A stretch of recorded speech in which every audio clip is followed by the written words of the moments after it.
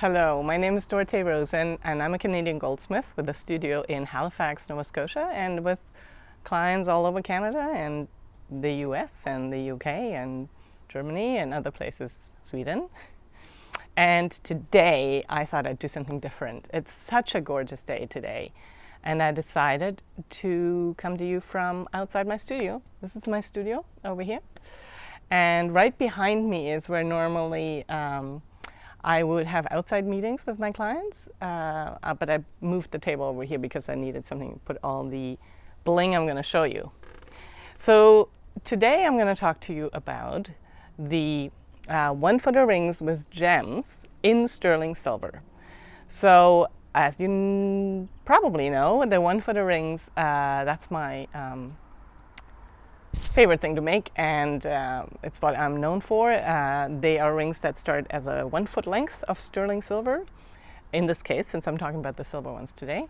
And the metal is forged and then cleaned up and then wound up. And I've been putting gems on these and for a number of years, and soon I will stop doing that.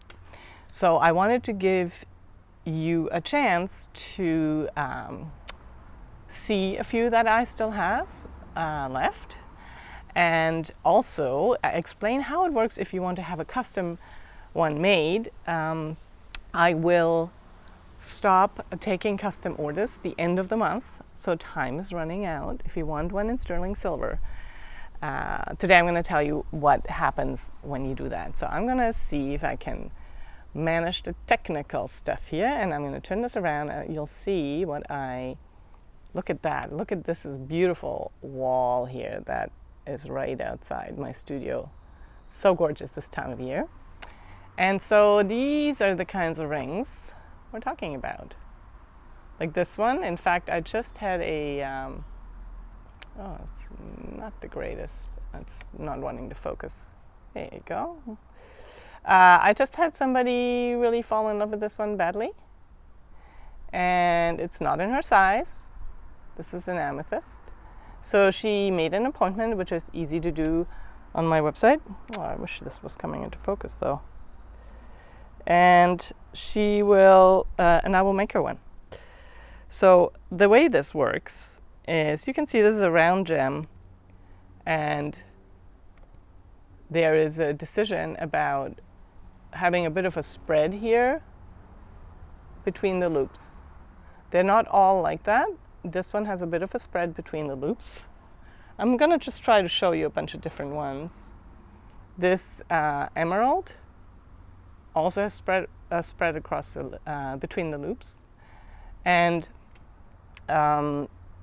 the idea here, I wish I had my little magnifying glass.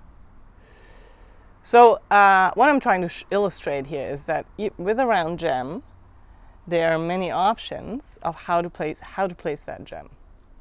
This one, by the way, this is a teeny tiny ring. I do make them in all sizes. This is a, this is unfortunate.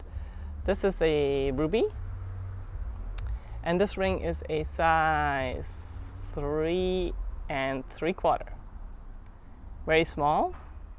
But you see how the gem is set more in the, like, right onto the bands, on top of the bands, rather than, there you go, that's much better.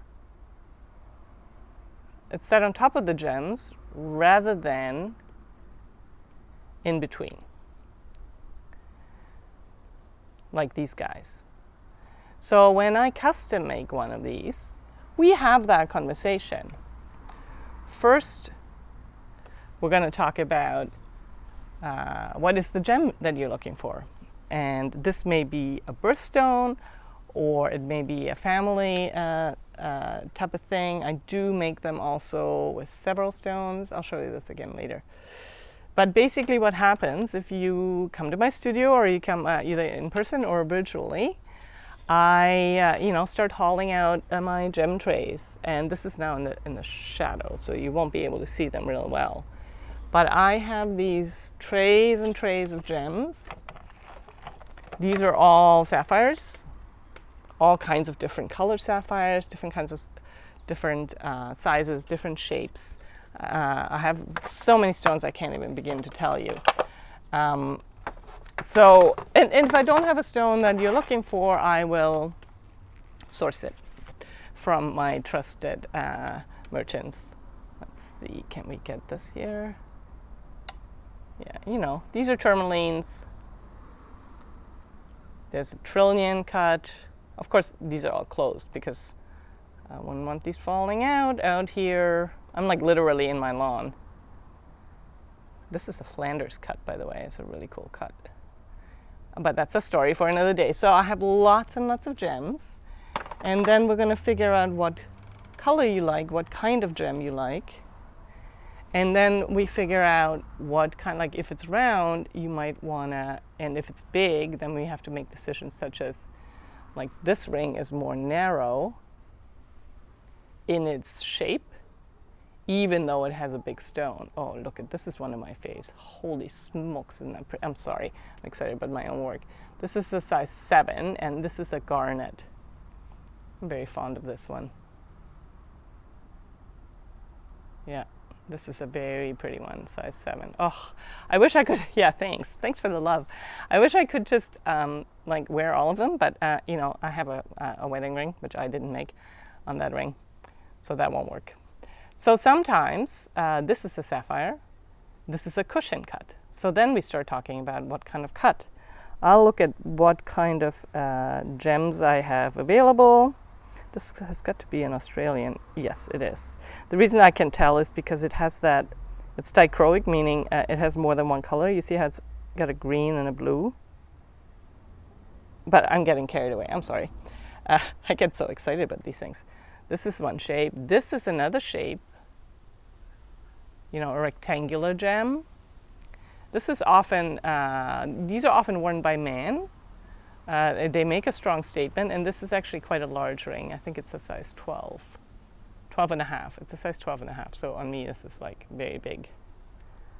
So I make them large, I make them small. Sometimes I make them with, this is the ring I was showing you earlier. Oh, pretty. Sometimes I make them with 3 gems. So this works well for family rings. Obviously, I mean, this is just all one gem, but you can make different gems. And I'm also very fond of these guys. I love these. I think these are just such a strong statement. I wonder if I could put it on. I'm wearing my gold one, but aren't they cool? They're a little bit like a shield. I think of them almost like a shield. Definitely unisex, for sure. Could be worn by a man or a woman. And then we also have, oh look here, we have a whole other thing. This has got to be a, I'm gonna get so confused with these rings, I'm gonna have to put them all back after. This has got to be a 2-footer, yes it is. And that's a tourmaline, and that's a princess cut. So we discuss the gem, we discuss the color of the gem, and then we pick a shape, and the shape definitely influences what the ring looks like. The square and rectangular shapes tend to be more kind of, they have more like oomph. And then if you have a square one and you set it, look, it's green on green, and you set it like this, then it becomes yet more, a little bit more playful, you know. I had another one like this that I wanted to show you. Yeah, too many options. These are all fairly narrow, as you can see, whereas here I've got a peridot, where again, this is a 1-foot ring. I can tell this because it has 5 loops. So 5 loops makes a 1-foot ring.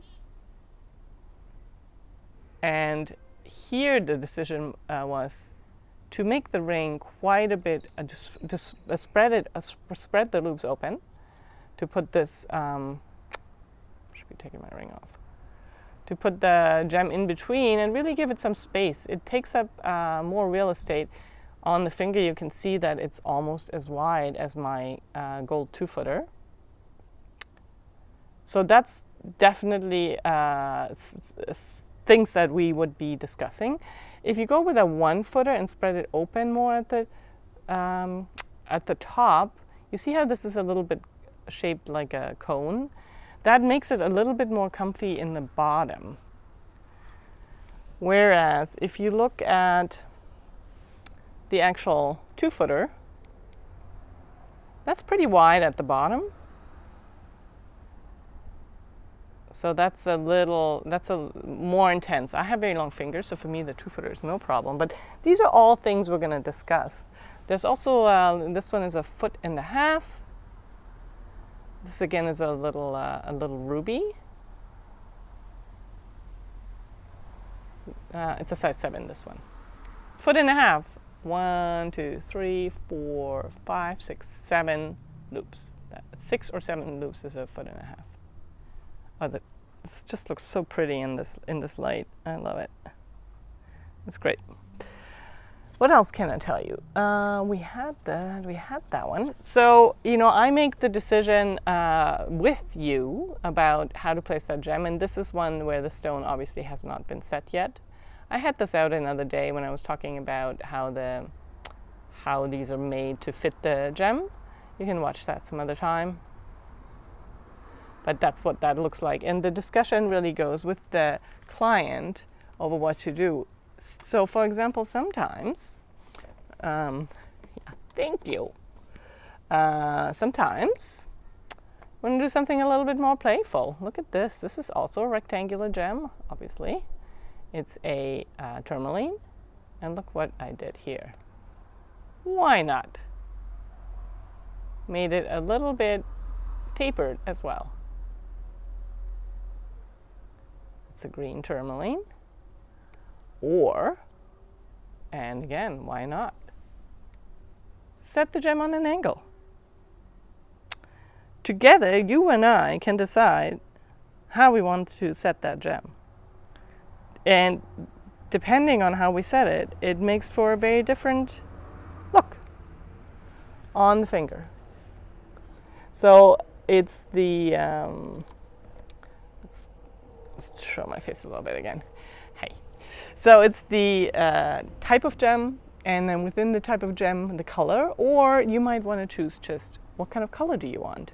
And then within that color, I will advise you what would be the best gem. I very often advise for people to get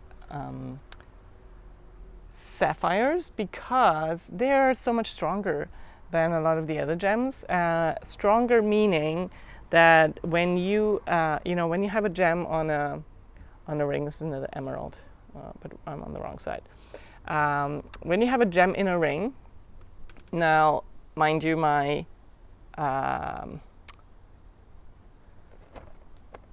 bezels are super secure because they're so, hey, focus.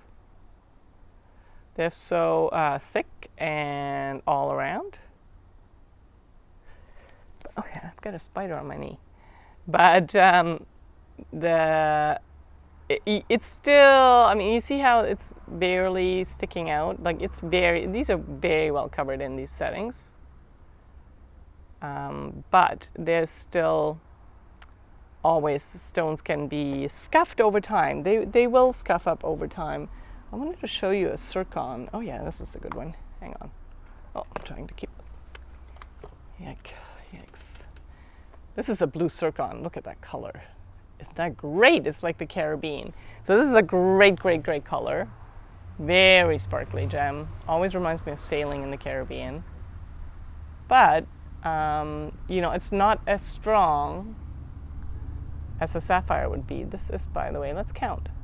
1, 2, 3, 4, 5, 6, 7, 8. This is a 2-footer. So again, that'll take up more space underneath the ring, as opposed to, and you can see how the gem is set right on top. I wouldn't want to spread this one because it would just get too wide. So yeah, so we make those decisions together and figure out what's the best placement for the setting for your finger. And look at this one. Sometimes I get really funky with these. I love this one. I can't believe I still have it. And that's so pretty. It's a garnet. I love how it just juts out over the edge with no regard to rules, of gems needing to be on top of rings. This one is a size 8. Yeah, this is another one I really, really like. I'm always drawn to the red gems. Yeah, and so what I can tell you about softer gems, and I'll show you, this is not my design, but I will show you anyways. This is and I don't know if we can actually see, this is a Del Shafridi. My husband at the time intended, surprised me with this. I don't know if you can see it, but the facets have gotten scuffed already. They've gotten a little dull. And so that's what happens with gems other than sapphires over time. They will lose their facets over time. But these are all sapphires, and I don't know how the light is now. There's lots of sapphires, and of course, very red sapphires are called rubies. And you can see the different, these are zircons up there. But you can see the different colors. This is a super duper pretty one. This is a very desirable color. But then I also have these which are unheated sapphires. The unheated sapphires are hard to come by. So it's an unusual thing. Most sapphires are heated, which is a perfectly acceptable treatment. But so we'll talk about all these options. These are sapphires, these are sapphires. All of these are sapphires. You can see there's lots of, hope I'm not making you seasick. Lots of options. These are also unheated. Very unusual, this one. Yeah, those are also unheated, those princess cut ones. And they just last a lot longer. And then we have these very dark sapphires. There was a time when people really liked the super dark ones that are almost black. That's really not a desirable color. But you can also have your own opinion about it. This is another really pretty one. And I'll oftentimes have sapphires from places like we saw earlier. Oh, sorry. Whoops. Like we saw earlier, sapphires from Australia, for example. They tend to have that dichroic thing with green hue, green and blue. They keep changing, so that's a really fun thing. And big gems. Oh, again, I'm going to turn one more time around. Oh yeah. This is another 2-footer. This is such a fun ring, I think. This is an amethyst, obviously. It's a size 9.5. I'll put it rudely. These look really great on the middle finger. Turn this guy around. They're so much fun on the middle finger. Very empowering. You can see my gems are never very high because I don't want it to bug anybody. Nothing gets caught on this, unlike my engagement ring. Things don't get caught in it. The gem is really well protected in these full bezels. And Bob's your uncle. So what to do if you want to get one made? There's a link in my bio where you can go and make an appointment, or there's also a link for custom to just give me a shout or pop into my DMs. Let me know what you're thinking, and we can take it from there. Because again, the sterling silver 1-footer rings with the gems, I will stop custom making those at the end of the month. So time's running out for those. And if you want to have one made, get in touch with me real quick so that we can get that going. I will continue. Oh yeah, and then of course I will guide you through the process. How to go about it. It doesn't matter whether you're here in Halifax or in the Maritimes, or you are much more remote. I work with people remotely all the time. I have a virtual showroom where I meet with you. I will take videos of the gems in different lighting to make sure that you understand what the gem would look like in different light. And I have lots of clients all over the place that I work with. So either way, you make an appointment, virtual or otherwise, or just send me a message and we'll get started on the process. I do want to make sure to say that I will continue to make my regular one-footer rings, rings in the one-footer series. I will definitely continue doing that. This is a regular one-footer. It's forged. Again, the full length is forged and then cleaned up and then wound up, and they're all different. 2 feet. They look different. Each one is different and unique. No two are the same. You can see my studio reflected behind me there. And the massive 3-footers, they're not always like this. This is more wound in one place. Sometimes they're wound much longer. And I will continue to make those. I really love making them. There's a whole reason why it's complicated with the gems. I'm not going to get into that right now. If you want me to make you one, I'm happy to make you one. But be in touch real soon. And if you watch this after the fact, yeah, just be in touch. You never know what I have kicking around maybe still. There are a lot of these, all of these, are on the website if you are interested in that.